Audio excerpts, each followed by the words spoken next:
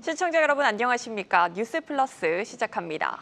이재명 대통령이 일본과 미국 순방을 앞두고 정권 차원의 이해관계보다 국민 전체 이익을 우선하겠다는 의지를 강조했습니다. 민주당 상임 고문단과의 오찬 자리에서는 한미 관계의 발전 방안에 대한 제언도 이어졌습니다. 자세한 내용 대통령실 취재기자 연결하겠습니다. 유우성 기자. 이번 순방길은 정부가 기치로 내건 국익 중심 실용 외교의 성패를 가늠할 첫 무대입니다. 이 대통령 마지막 대응 전략을 수립하며 국민 이익을 최우선에 두겠다고 다짐했죠. 네, 이재명 대통령은 오늘 수석 보좌관 회의를 열고 미국과 일본 순방과 관련해 현재 정권의 일시적 입지보다 대한민국 국민 전체의 이익을 먼저 생각해야 된다고 밝혔습니다. 이어 국제 정세와 무역 질서가 재편되는 중에 풀어야 할 현안들이 너무 많다며 이 과정에서 국가의 국력을 키워야 되겠다는 생각이라고 했습니다. 이 대통령 발언 들어보시죠. 참으로 어려운 환경이긴 하지만 국민을 믿고 국가 이익을 최우선에 두고 호혜적인 외교 안보 정책이 실현될 수 있도록 최선을 다하겠습니다. 이 대통령의 발언은 단기적인 정권의 이해 득실보다 국가 전체의 지속적 이익을 우선시하겠다는 원칙을 재차 강조한 것으로 풀이됩니다. 이날 민주당 상임 고문들과 오찬에서도 한일, 한미 정상회담과 관련한 다양한 제언들이 나왔는데요. 우상호 정무수석은 한미 관계를 기술 동맹 관계로 발전시켜야 된다는 고문단의 제언이 있다고 전했습니다. 네, 또 주식 양도세 대주주 기준과 관련해선 대통령실에서 추가 입장이 없다는 것을 다시 한번 확인한 건가요? 네, 우 수석은 주식 양도세 대주주 기준과 관련해 당 지도부와 대통령실 사이에서 어떤 논의도 없었다고 밝혔습니다. 앞서 대통령실은 기획재정부 방침에 변동이 없으며 당정 간 조율 과정을 지켜보겠다는 입장을 내놓은 바 있습니다. 양도세 부과 대상 기준을 강화하는 기재부의 세제 개편안을 두고 여당 내부에서도 이견이 표출됐었잖아요. 주식시장 부양을 내세운 새 정부 정책 방향과도 맞지 않는다는 지적이 이어지는 가운데 더불어민주당은 현행 50억 원 기준을 그대로 유지하자는 의견을 정부에 전달한 상태입니다.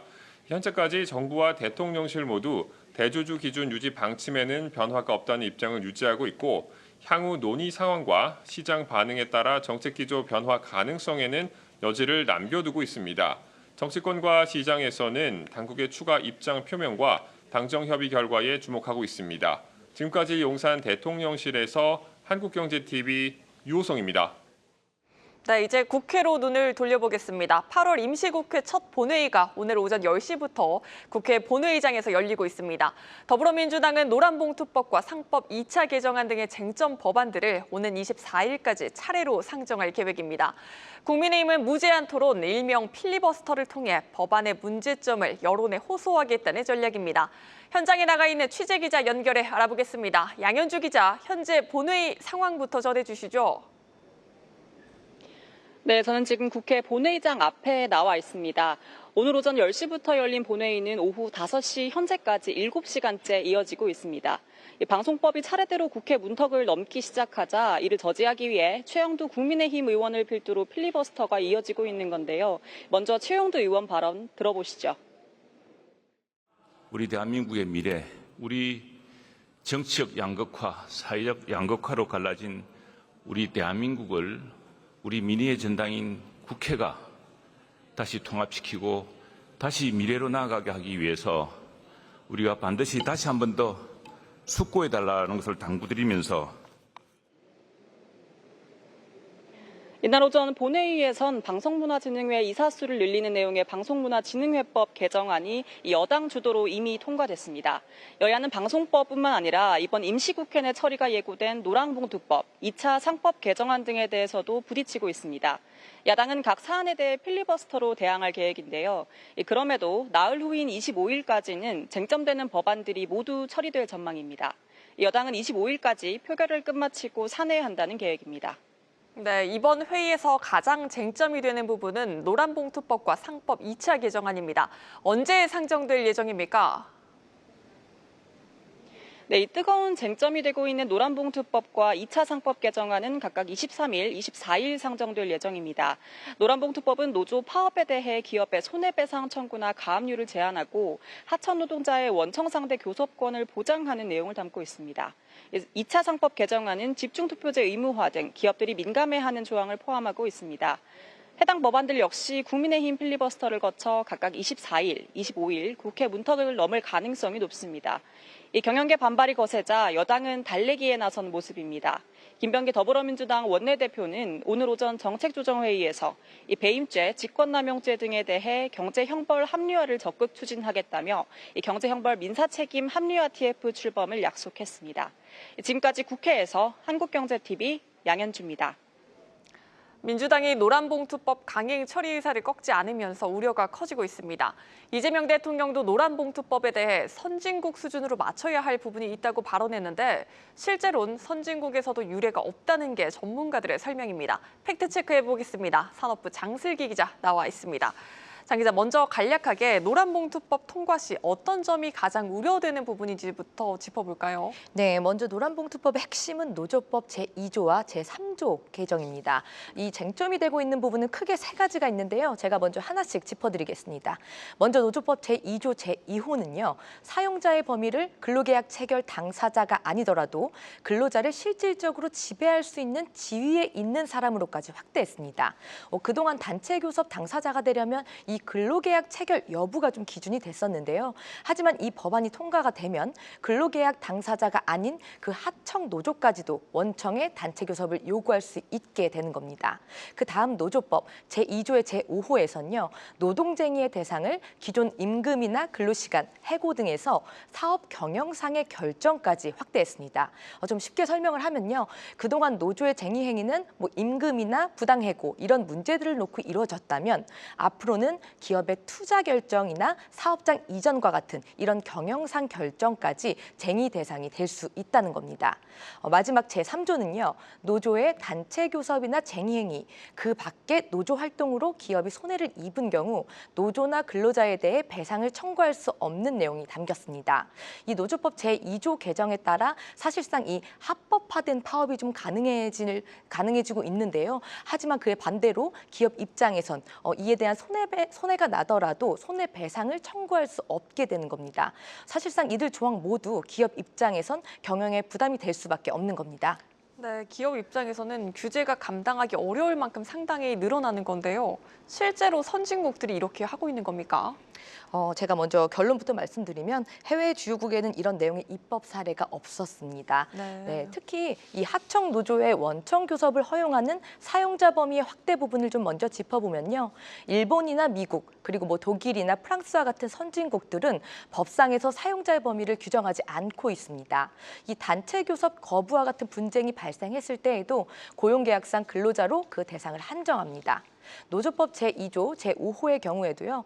일본과 미국은 이 노동쟁의 개념의 일부 권리 분쟁, 예를 들어 징계나 해고자 복직 등으로 이제 일부 인정은 하고 있으나 사용자의 방어권을 보장합니다. 이 방어권에는 사업장 점거를 금지한다던가 아니면 불법 행위에 대한 손해배상 청구를 인용하는 방안들이 포함되어 있습니다. 마지막 이 제3조의 경우에도요. 선진국들은 불법 행위에 대해 엄격하게 규정을 하고 있습니다. 일본과 미국 그리고 프랑스 독일 모두 노조에 정당하지 않은 파업이 이뤄졌을 경우엔 손해배상이 모두 가능합니다. 현재 이 정부와 여당 모두 이번 노조법 개정에 대해서 글로벌 스탠다드에 좀 맞춘 성장을 위한 법이다 이렇게 강조를 하고 있는데요. 하지만 이렇게 실제 해외 사례를 들여다보면 한국처럼 노조의 권한을 확대해서 명시하고 있지 않고 일부 파업을 인정한다 하더라도 이 기업에게 방어권을 주고 있다는 점에서 우리의 노란봉투법과는 큰 차이가 있었습니다. 네, 그래서 최근 선진국인 주한 유럽 또 주한 미국 상공회의소가 한국 투자에 부정적일 수 있다고 우려를 전한 거군요. 네, 맞습니다.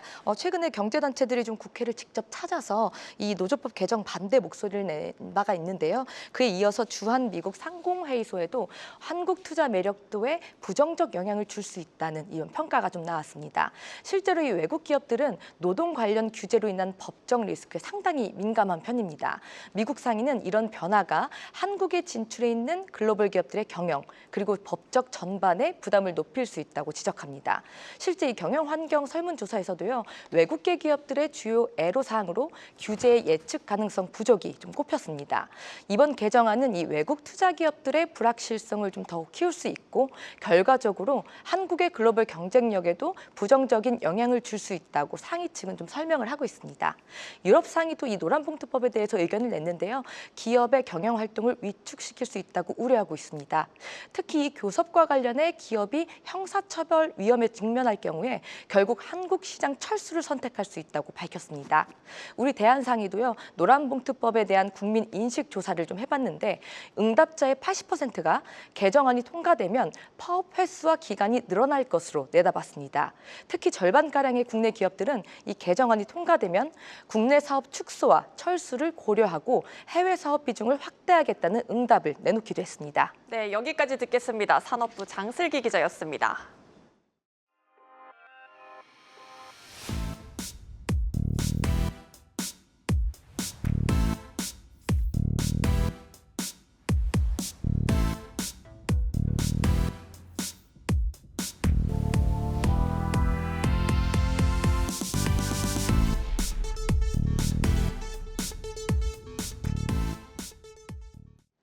달러 스테이블 코인 발행사 서클의 히스 타버트 사장이 한국을 찾아 이창용 한국은행 총재와 가상자산 거래소를 운영하는 두나무와 빗썸 등과도 면담을 가집니다.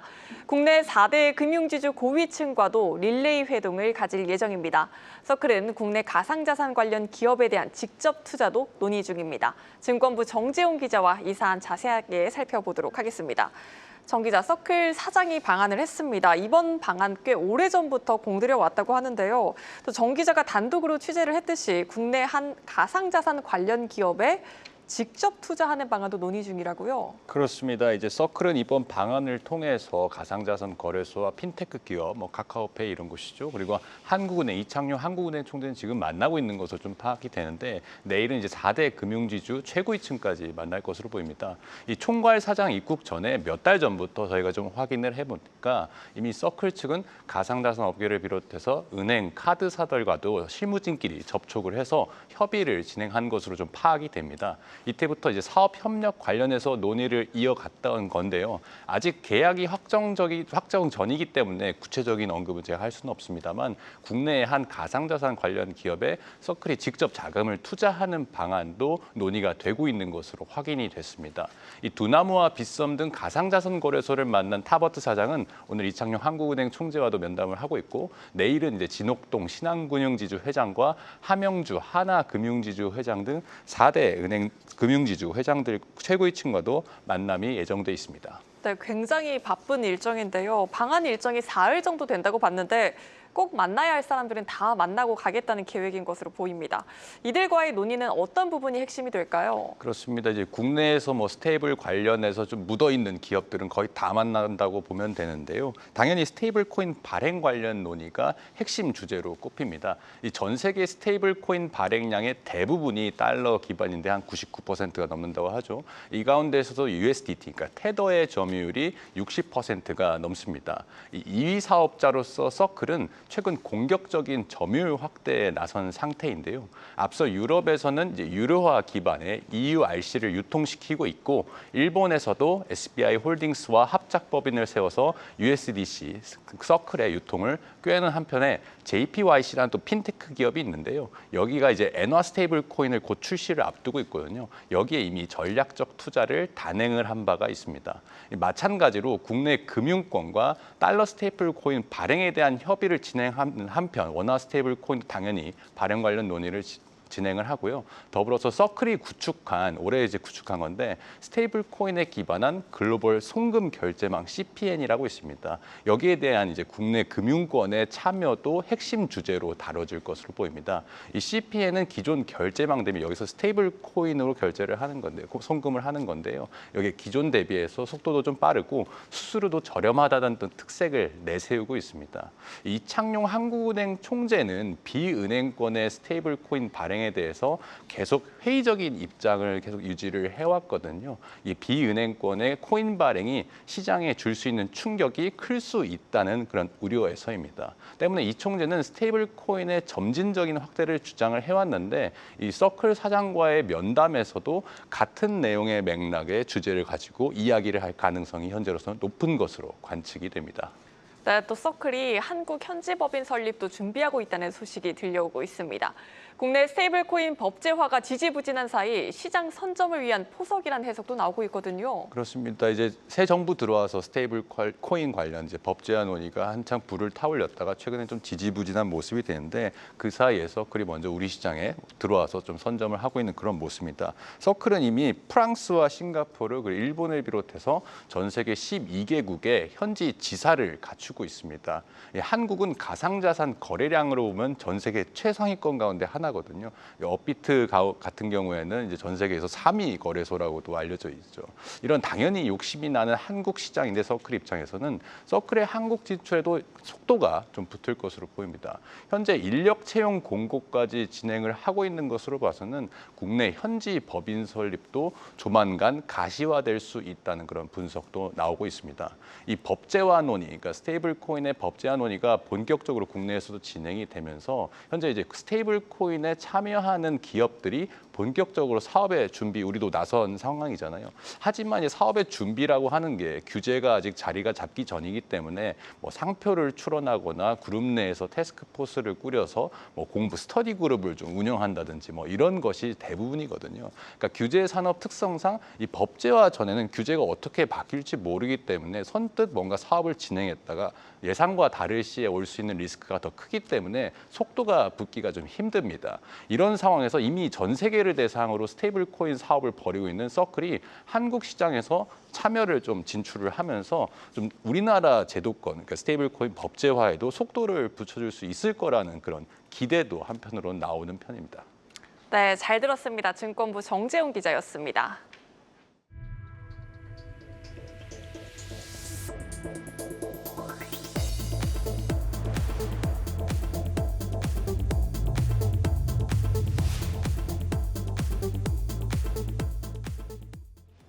오는 26일부터 외국인이 서울과 인천, 경기도 주요 지역의 부동산을 사려면 사전에 허가를 받아야 합니다. 정부가 외국인 토지거래 허가구역으로 지정한 건데 이른바 내국인 역차별에 대한 비판을 의식한 것으로 보입니다. 현장에 나가 있는 취재기자 연결합니다. 신재근 기자, 자세한 내용 전해주시죠. 네, 정부가 서울 전 지역과 경기 23개 시군, 인천 7개 자치구를 외국인 토지거래 허가구역으로 지정합니다. 기간은 오는 26일부터 1년이지만 시장 상황에 따라 연장하기로 했습니다. 이에 따라 외국인이 서울과 인천, 경기도 수도권 주요 지역의 부동산을 사려면 사전에 시군구청의 허가를 받아야 합니다. 또 주택의 경우 2년간 실거주 의무도 부과했습니다. 정부는 외국인에 대한 자금 조달 계획도 꼼꼼히 보기로 했습니다. 자금 조달 계획서와 입증 서류를 의무적으로 제출하도록 하고 해외 자금 출처와 체류 자격도 심사합니다. 자금 조달 내역이 불분명한 고가주택 거래 등 투기성 거래로 의심되는 사례가 다수 발생하고 있습니다. 6.27 대출 규제와 맞물려 해외 자금 차입 등을 통한 외국인의 투기성 거래가 증가할 우려가. 정부가 외국인 토호제 시행에 나선 것은 외국인들의 국내 주택 보유가 늘면서 투기 우려가 높아졌고 내국인과의 역차별 문제도 지적됐기 때문입니다. 실제로 외국인들이 국내에 보유한 주택은 지난해 말 기준 10만 호로 지난 2년 새 20%나 늘었습니다. 특히 중국인들이 전체 주택 10채 중 6채를 소유하고 있고 올해 들어서 주택 구매 건수가 크게 늘었습니다. 외국인에 대한 국내 부동산 관련 규제는 앞으로 더 강화될 가능성이 높습니다.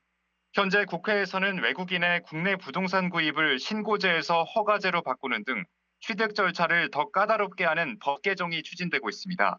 지금까지 보도국에서 한국경제TV 신재근입니다.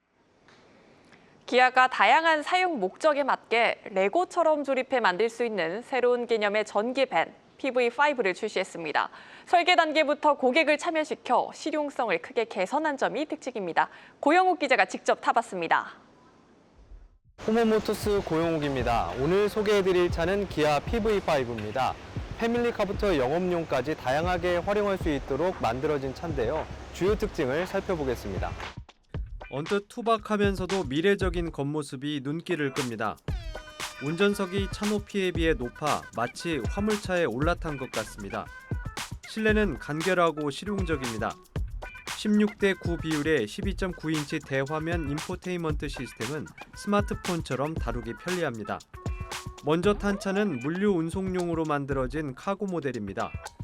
후방석 시트를 제거해 화물을 실을 수 있도록 했고 화물칸과 일렬 사이에 격벽을 설치했습니다.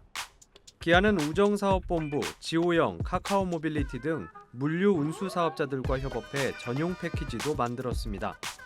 업무 환경이 유사한 동종 사업자들도 활용 가능성이 높아 보입니다.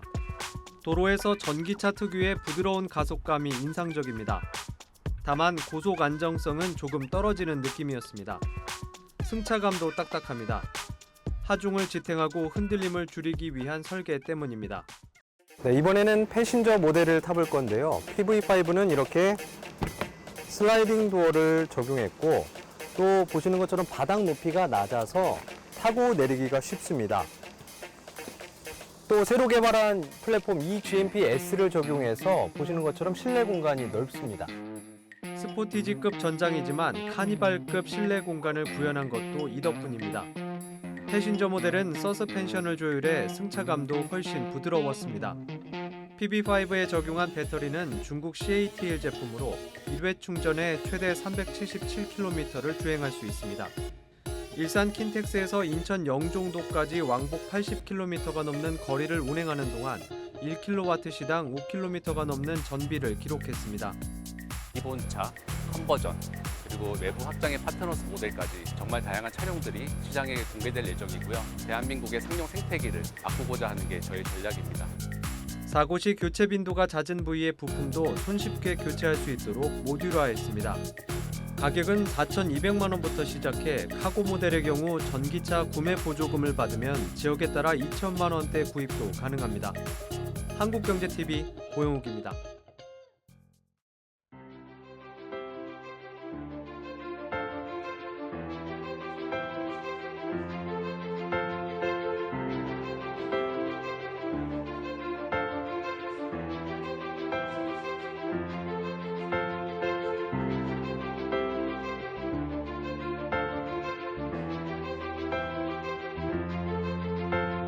경쟁의 과정에서 어쩔 수 없이 생겨나는 이 격차를 어떻게 다시 발전의 원동력으로 에너지로 만들 수 있을 것이냐가 우리 정치하는 또는 행정을 하는 사람들의 숙제가 되겠습니다.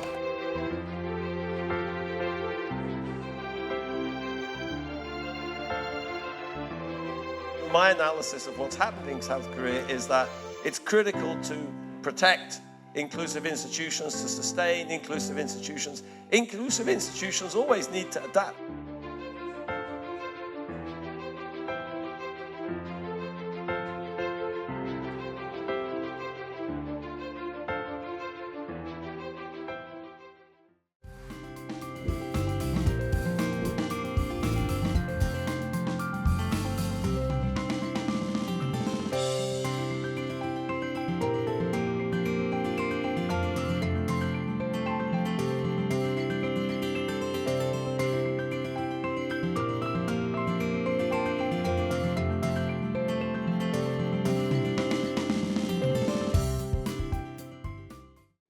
뉴스를 마칩니다. 시청해주신 여러분 고맙습니다.